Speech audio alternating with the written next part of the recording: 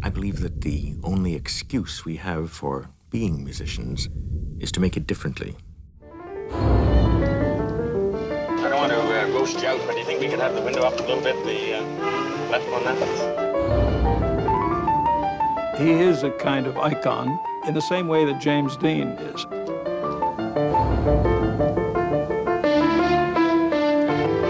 I remember the feeling of, who is this guy?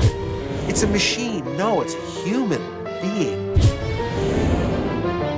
The minute that recording came out, conductors all over the world basically said, "Get me that pianist." Now, let me ask one question, and you needn't answer it.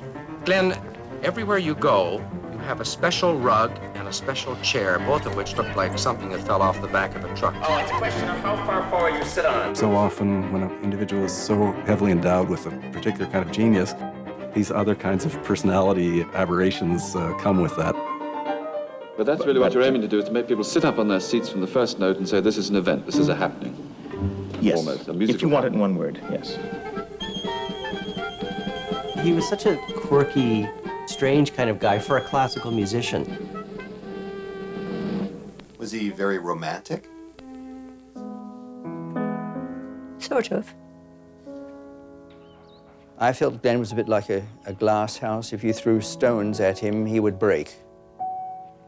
I had more or less left my husband, and I thought, well, yes, I am going to marry Glenn. And he wanted the children and me to come to Toronto.